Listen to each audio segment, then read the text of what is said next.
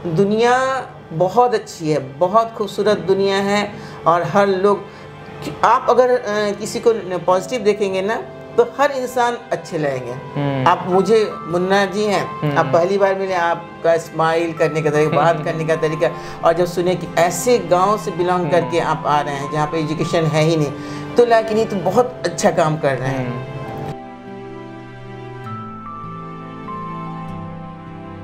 कहते हैं दोस्तों, अगर आपके साथ कोई ऐसा व्यक्ति हो जो आपको हर वक्त सपोर्ट करे, चाहे आपके सामने असफलता खड़ी हो या चाहे आप सफलता के पास खड़े हो, अगर वैसा व्यक्ति अगर आपके जीवन में कोई है तो आपको सफल होने से दुनिया का कोई इंसान नहीं रोक सकता है। दोस्तों, मैं बात करूं, आज हमारे रियलिटी टॉक्स में एक ऐसे गेस्ट हैं जो एजुकेशन के क्षेत्र में ही नहीं बल्कि समाज के क्षेत्र में भी और सामाजिक कार्यों में भी बहुत अच्छा कार्य कर रहे हैं। जी हाँ, मैं बात कर रहा हूँ गोपालगंज में बसा एक बहुत famous school doctor Nandi grace public school के प्रिंसिपल डॉक्टर इल्लोरा मैम से आज हम बात करेंगे और जानेंगे उनके लाइफ स्टोरी के बारे में और ये कैसे इस क्षेत्र में इतना अच्छा कार्य कर रही हैं, उस सारी चीज़ों के बारे में आज इस रियलिटी टॉक्स में हम लोग बात करेंगे। स्वागत है मैम आपका हमारे आज ये टॉक्स। सबसे पहले मैम अपने बारे में थोड़ा कुछ बताइए, जैसे कि मेरे व्यूअर्स को ये पता चल जाए कि आप क्या करती हैं और कहाँ तक आपका एजुकेशन है और कैसे आप इस स्कूल को इतना ज़्यादा लेवल पे,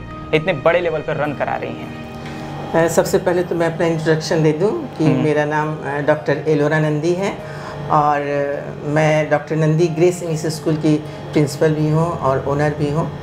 और जहाँ तक स्कूल चलाने की बात है, ये एक जुनून होता है, काम करने का एक जुनून होता है। चूँकि मेरा एक बैकग्राउंड शुरू से ही सोशल वर्क से रिलेटेड रहा है और मेरे फादर की भी बहुत इच्छा थी कि मैं इस तरह का कोई एक काम करूं। एक्चुअली मैंने BHU से PhD किया था। अच्छा। हाँ। तो बहुत जब इंसान हॉस्टल में 11 साल हॉस्टल लाइफ थी तो उस समय की अलग होता है, आसमान में उड़ रहे हो जैसे। बिल्कुल। तो उसके बाद फिर मैं लखनऊ में मैं कई स्कूल में एज ए प्रिंसिपल वर्क की थी। दूरदर्शन में मैंने काम किया, मैंने फिल्मों में भी काम किया एज ए डायरेक्टर। अच्छा। उसके बाद इस तरह करते हुए लाइफ में काफ़ी चीज़, लेकिन कोई भी फील्ड लग रहा था कि ये मेरे टेस्ट का नहीं है। अच्छा। दूरदर्शन में थे, उसमें परमानेंट भी बाद में हुआ था, लेकिन मुझे लगे नहीं ये काम मेरे लायक नहीं है। तो मुझे जब एजुकेशन फील्ड में आए तब मुझे लगा हाँ ये काम जो है ये मेरे मन के लायक, क्योंकि यहाँ पे सोशल वर्क भी हो रहा है। बिल्कुल। और साथ साथ एजुकेशन से हम जुड़े हुए हैं, जो चीज़ हम देना चाहते हैं। और देखिए, जो एजुकेशनिस्ट का काम है, एक्चुअली जो स्कूल्स का काम है ना, वो बेसिक जा करके ग्रास रूट पे जाके आप बच्चों के दिमाग में जो फिट करते हैं वो लाइफ लॉन्ग वो काम करता है। बिल्कुल। तो मुझे लगता है कि एजुकेशन जो है वो बहुत अच्छा एक सिस्टम है जिससे हम बच्चों के दिमाग तक ग्रास रूट में जा कर के we can change the society, we can change the development of the brain of child. तो इसलिए मुझे लगा कि हाँ यहाँ पे एक्चुअली ये सोशल वर्क भी हो जाएगा और हमारा जो मकसद है एजुकेशन को आगे बढ़ाना, तो वो भी हम जैसे मैम आप बहुत जगह कार्य की हैं, उसके बाद से आपको लगा कि नहीं एजुकेशन ही है जहाँ पे मैं वो अपना क्वालिटी जो है मेरे अंदर वो मैं ला सकती हूँ और यहाँ पे दिखा सकती हूँ। तो इसके दरमियान आपके लाइफ में बहुत संघर्ष हुआ होगा, बहुत उतार चढ़ाव हुआ होगा, तो थोड़ा अपनी स्ट्रगल फुल लाइफ के बारे में कुछ बताइए कि आप कैसे उस चीज़ को हैंडल की, क्योंकि कॉलेज लाइफ में तो बहुत सारी मस्तियाँ होती है, उसके बाद से भी बहुत सारी चीज़ें होती है लाइफ में। कभी कभी ज़िंदगी में ऐसा सिचुएशन आता है कि लगता है कि नहीं यार अब तो नहीं हो पाएगा, तो आप थोड़ा इसके बारे में बताइए। देखिए, अब तो नहीं हो पाएगा ये कभी मेरे दिमाग में कभी ख्यालात नहीं आए थे और मैं कभी ना जिंदगी में कभी खाली नहीं बैठी। मुझे लगा कि हर कुछ सीखना चाहिए इंसान को, छोटा चीज़ भी ऐसा लगे अरे इसका कोई इम्पोर्टेंट नहीं, सीखना चाहिए। जैसे मैं जब लखनऊ में रहती थी, मेरी दीदी अजंता लोहित, तो उसके यहाँ जब मैं रहती थी तो उसमें टाइपराइटर हुआ करता था। अच्छा। तो ऐसे सिंपल टाइपराइटिंग मैं शुरू कर दी, उसके बाद वहाँ पे फिर इलेक्ट्रॉनिक टाइपराइटर, उससे उसके बाद ही फिर कंप्यूटर आ गया। तो लेकिन वो जो टाइपिंग मैंने सीखा क्या था भाई, तू PhD करके टाइपिंग करके वो सीख रहे, लेकिन उसका अभी मोबाइल चला रहे हैं तो आसानी होता है, या कंप्यूटर्स में जो थोड़ा बहुत मैंने सीखा उसमें तो बहुत नहीं आ रहा था लेकिन थोड़ा बहुत सीखे थे, तो उससे आगे का फील्ड में। उसके बाद मैंने पेंटिंग से रिलेटेड जितना कुछ होता है, बहुत sand painting, glass painting, mirror painting, बहुत सारा पेंटिंग का कोर्स मैं कभी खाली कुकिंग, बेकिंग, तो इस तरह का मैं छोटा छोटा भी कोर्सेज करती रही, योगा वगैरह का सर्टिफिकेट कोर्स मैंने किया। तो मैं कभी खाली नहीं बैठती थी, म्यूजिक हो रहा, चलो म्यूजिक भी सीख लिया। तो वो जो मैं अपने खाली समय को उसका देखते कि अब भी उसका यूटिलाइज हो रहा है। ड्रामा में इंटरेस्ट था तो ड्रामा करती थी। वो सब मिला करके आपका स्कूल को आप सब कुछ सब फील्ड में आप डाल सकते हैं। सिर्फ मेरा एक ही मुझे नहीं आता, वो डांस मुझे नहीं आती है, लेकिन बाकी सब में हम बचपन से घुसते हैं। स्पोर्ट्स वगैरह में मुझे काफ़ी इंटरेस्ट था, बैडमिंटन में थोड़ा खेल लेती थी। देखिए मैम, हर इंसान के पास ना कुछ ऐसी क्वालिटियाँ होती है। जैसे मैं आपसे फर्स्ट टाइम जब मिला था, जब मैं आपके ऑफिस में आया, तो जब मैं आपके ऑरा को देखा, जब आपसे जो एनर्जी निकल रही है, जब मैं उसे महसूस किया, तो लगा कि नहीं, इनमें वो चीज़ है जो मतलब एक औरत में होना चाहिए और एक एजुकेटर में बिल्कुल होना ही चाहिए। आप आज इस स्कूल को रन कर रही हैं इतने बड़े लेवल पे, तो जाहिर सी बात है आपके अंदर वो चीज़ है। जैसे आप अपनी एनर्जी को अभी मेरे सामने आप जो प्रकट कर रही हैं, तो इससे जाहिर सी बात है कहीं ना कहीं इम्पैक्ट पड़ता है युवाओं पे और आपके स्कूल के जो भी बच्चे हैं। मैम, हर किसी की ज़िंदगी में सफलता तो मिलती है, असफलताएँ भी मिलती है। तो आपकी ज़िंदगी कोई ऐसा फेज़ है जहाँ पर आपको उम्मीद तो था कि मैं यहाँ पर सफल हो जाऊँगी, लेकिन आपको ऐसा असफलता मिला, या कोई ऐसा फेज होगा जिस दिन आप बहुत टूटी होंगी अपने अंदर से, आपको लगा होगा कि यार नहीं होना चाहिए था ये? देखिए, एक तो पेरेंट्स का जाना वो तो अलग एक होता है, जहाँ पे इंसान टूट जाता है बिल्कुल। क्योंकि मैं बहुत दिल से मैं अपने पेरेंट्स, और एक ही एट ए टाइम 7 डेज के अंदर फादर गए, उसके बाद मदर, वो एक बहुत टूटने और बिखरने का समय था, जिस समय लगा कि नहीं, और उसमें साइकोलॉजिकल इंसान बीमार हो गया था। तो बोला जाता है ना कि मर जाने के बाद लोग चले जाते हैं स्वर्ग में चले जाते हैं, तो अब भी मर जा भी चले जाए स्वर्ग में, इस तरह के तो दिमाग में आता है।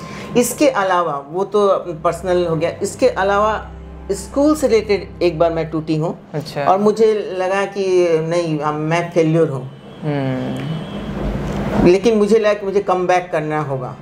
और ये सोच करके कि कभी भी इंसान को ये नहीं सोचना चाहिए कि ये फेज हमेशा के लिए रहेगा। बिल्कुल बिल्कुल, एकदम कम बैक हमको करना है, हमको लौट के आना, फिर उससे बढ़िया और करके दिखाना। अभी मैं देखा था, सुना भी था कि मैं बहुत पहले एक गूगल बॉय का इंटरव्यू किया था। और बहुत मल्टी टैलेंटेड है, 5 साल की एज में वो, उसके पास उतनी क्वालिटियाँ है, वो मतलब अक्सर नहीं होता है लोगों के पास, बच्चे के पास नहीं होता है। वो तो 5 साल के बच्चे आजकल खेलते हैं, कूदते हैं। हाँ, तो मैंने सुना कि आप उनको भी अपने स्कूल में जगह दी और पढ़ा रही हैं, तो ये एक सामाजिक कार्य बहुत मतलब अच्छा कर रही हैं आप। हाँ, वो बच्चा, उसके हमारे एक टीचर हैं, वो उसी गांव की तरफ रहते हैं। अच्छा। वो कहीं से उनसे कांटेक्ट में आए, तो फिर गार्जियन मेरे पास आकर के बोले, उससे बच्चे मैं मिली भी मैं, तो मुझे लगता है ऐसे बच्चों को कोई क्यों नहीं अभी तक ध्यान दिया, बिल्कुल, क्यों कोई स्कूल बढ़ के आगे नहीं आया।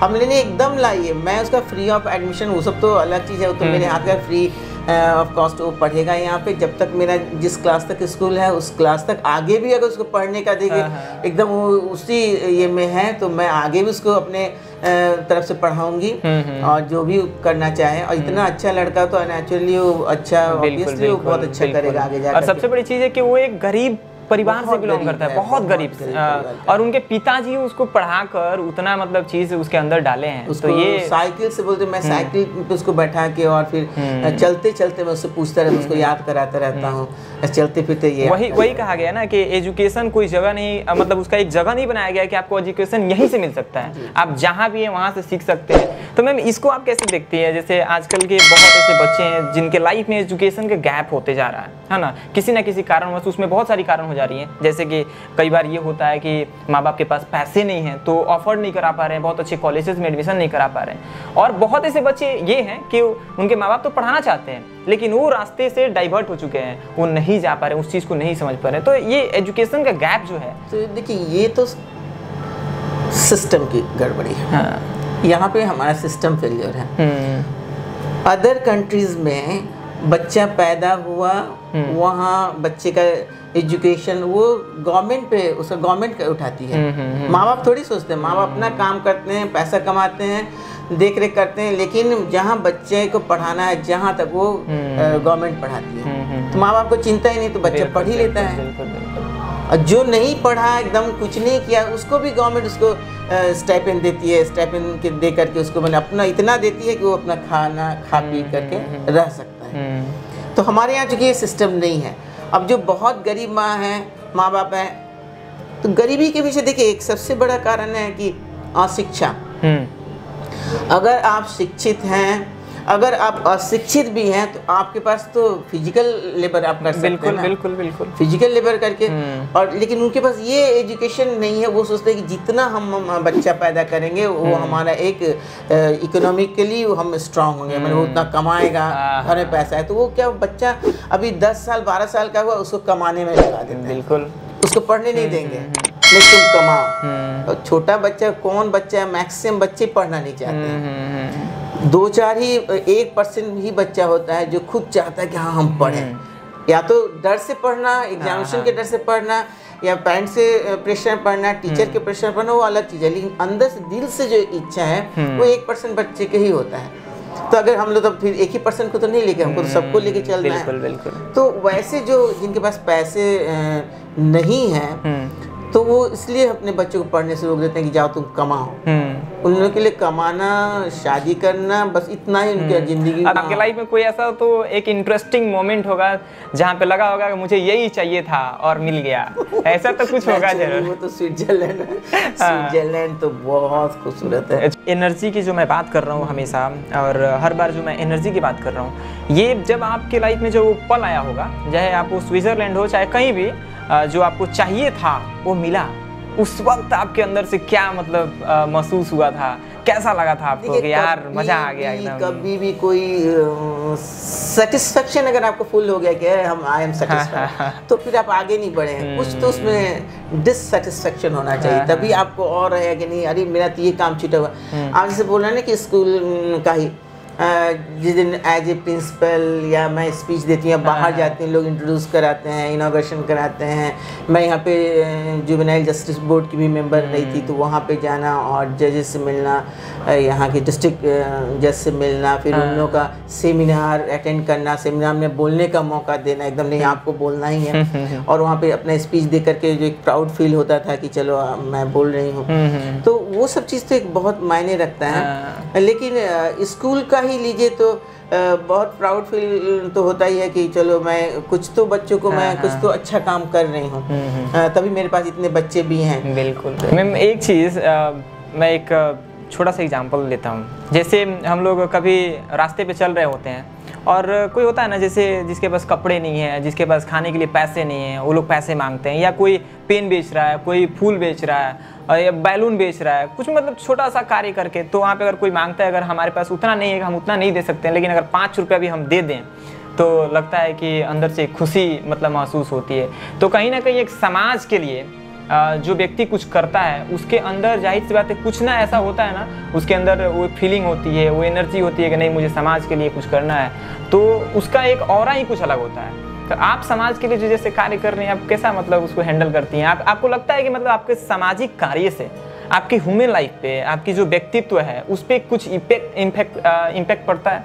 नेचुरली बहुत इम्पैक्ट पड़ता है। जब हम देखिए, आप जैसे बोल रहे हैं कि कोई अगर कुछ बेच रहा है, जो पेन ही बेच रहा है, तो मुझे नहीं भी खरीदना होता है ना, चलो ठीक है, मेरा कंट्रीब्यूशन अगर 10 रुपए का मैं पेन खरीद रही हूँ, उसको कुछ तो मिलेगा। बिल्कुल बिल्कुल। कोई भीख मांग रहा हो, लाचार नहीं है, एकदम स्वस्थ है, और बहुत सारी महिलाएं बच्चा एक टांग ली या एक पुरुष भी आ गया, गंदा संदा कपड़ा फटा चिटा पहन के दे दिए, उसको मैं बिल्कुल नहीं देना पसंद करती। छोटे बच्चों को मैं नहीं देना चाहती, बिल्कुल नहीं देती कि नहीं।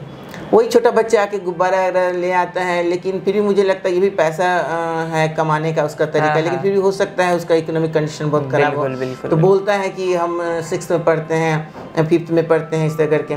क्योंकि एक बार मैं आ रही थी वहाँ से, छत्तीसगढ़ से मैं लौट रही थी, झारखंड रांची आ रही थी, तो रास्ते में ना बहुत आम का सीजन था, इतना बड़ा बड़ा टुकड़ा में जो जंगल में जो आम सब होता है ना, छोटा छोटा, मैं 3 टुकड़ा करके बेच रहा था। वो लोग आ रहे थे, बहुत खरीद रहे थे। चलिए छोटा छोटा आम कौन ले रहे हैं, वो सब अमावट वगैरह बनाने के काम में आता है बहुत। तो मैं गई, उससे पूछी ना, तो वो बच्चा खड़ा हुआ था, बोला कि तुम पढ़ते नहीं हो, यही काम करते हो? तो बोला कि पढ़ता हूँ मैडम, क्योंकि उसको मैं पैसा दी ना, तो वो बोला थैंक यू, यही तो पढ़ा लिखा है। तो हम तुम पढ़ते? बोले हाँ। किस में? 9th में। हम तुम्हारा क्या सब्जेक्ट क्या अच्छा मुझे अच्छा लगता? बोले मैथ्स। तो अब नहीं पढ़ोगे? बोले एकदम पढ़ेंगे, हम पढ़ते हैं, अभी चूँकि सीजन है इसलिए आम बेचने के लिए। कितना कमा लगे आम में? तो बोले आज तो कोई नहीं, बारिश हो रही थी, बोले आज तो कोई नहीं आया क्योंकि बहुत बारिश हो गई है। तो हमने तो इतना तुम्हारा आम होता है, सब लोग जाके जंगल से ना चुन के लाते थे फ्री में, तो कितने में तुम दे दोगे?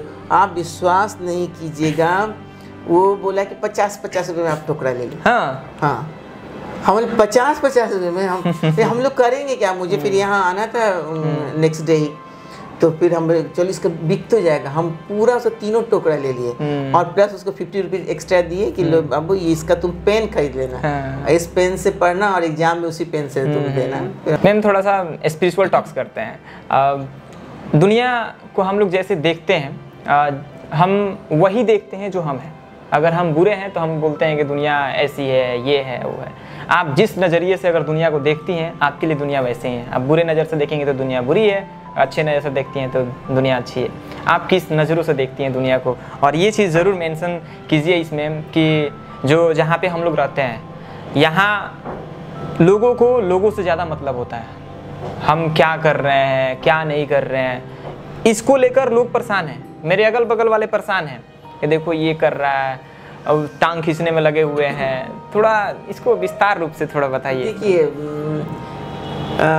सबसे है कि हम क्या कर रहे हैं, यहाँ के जो लोग हैं। पहले स्पिरिचुअल बात को हम ले लेते हैं कि स्पिरिचुअल की जहाँ तक बात है, सबसे पहले तो अपने आप पे विश्वास करें। जब तक आप अपने ऊपर विश्वास नहीं करेंगे तब तक कुछ भी नहीं होने वाला। बिल्कुल बिल्कुल। और जब आप में पॉजिटिव थिंकिंग है तो हर चीज़ को आप पॉजिटिव ही देखेंगे एकदम। आप निगेटिव अप्रोच लेके अरे ये लड़का जरूर बदमाश होगा, अगर ऐसा दिमाग आप लेके जाएं तो लगेगा कि सही में बदमाश है। दुनिया बहुत अच्छी है, बहुत खूबसूरत दुनिया है और हर लोग, आप अगर किसी को पॉजिटिव देखेंगे ना तो हर इंसान अच्छे लगेंगे। आप मुझे मुन्ना जी हैं, आप पहली बार मिले, आपका स्माइल करने का तरीका, बात करने का तरीका, और जब सुने कि ऐसे गांव से बिलोंग करके आप आ रहे हैं जहाँ पे एजुकेशन है ही नहीं, तो लगा कि नहीं तो बहुत अच्छा काम कर रहे हैं। आपके साथ में और जितने भी लोग हैं तो हर में बहुत अच्छाई होती है, एक आध बुराई तो हर इंसान को, हम लोग और देखा जाए तो भगवान में भी बुराइयाँ थी, तो लेकिन उसकी अच्छाइयों को हमको लेना है।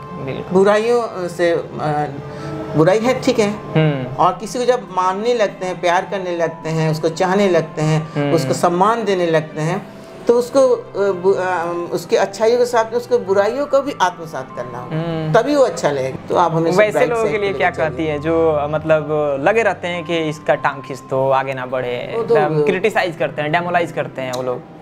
Lack of education, lack of frustration, उसका सबसे बड़ा कारण फ्रस्ट्रेटेड है। उसको तो खुद उसने जिंदगी में कुछ नहीं किया, उसको खुद नहीं कुछ मिला है।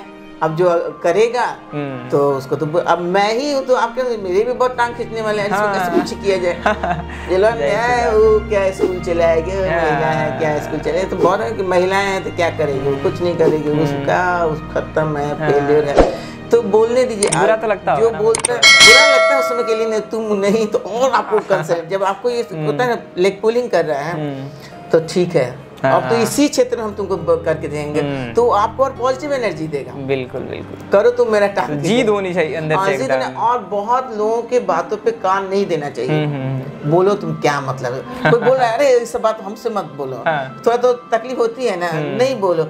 और अगर सुन भी ले रहे हैं कि अच्छा ऐसा बोला है तो और रुको ना, तो और करेंगे अच्छे से काम। तो मेरे रियलिटी टॉक्स के माध्यम से आप पूरे देश को, मेरे पूरे ऑडियंस को क्या संदेश देना चाहेंगे? और ये जरूर बताइएगा कि मेरे से बात करके आज कैसा लगा आपको?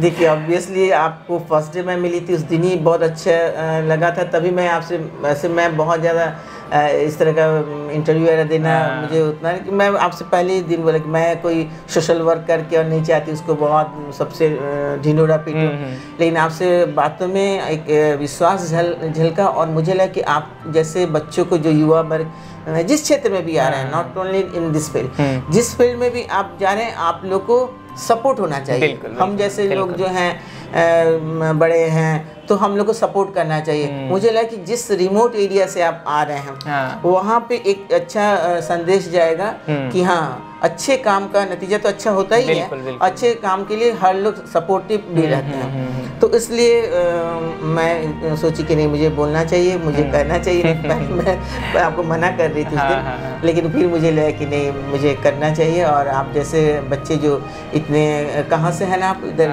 यहाँ बोहरा टोला, जिसका कोई अस्तित्व नहीं है। अस्तित्व ही नहीं है। मैप में बताइए, जिसका कोई उस गांव का अस्तित्व नहीं है, जहाँ पे एजुकेशन नहीं है, बिल्कुल नहीं एकदम। और वहाँ पे ऐसा मुन्ना जी जैसे बच्चे अगर वहाँ से निकल के कुछ करने के लिए आ रहे हैं बाहर, तो अभी तो बहुत लंबा सफर है आपका। जो जिस तरह से आप चल रहे हैं ईमानदारी से और पूरे मेहनत के साथ में, नो डाउट आपको बहुत आगे जाना है। बहुत अच्छा आप जाएंगे। आपकी पूरी टीम को हम धन्यवाद देते हैं। और ऐसा कीजिए, बहुत अच्छा काम कर रहे हैं। ओवरऑल आपका बहुत बहुत धन्यवाद मैम कि आप मेरा बहुत सारा ढेर सारा आशीर्वाद आप लोगों को, आपकी टीम को। आपको एकदम आगे बढ़िए। बिल्कुल और मिलते रहिए। बिल्कुल बिल्कुल मैम, आप सबका सपोर्ट रहेगा तो हम बिल्कुल बहुत आगे जाएंगे।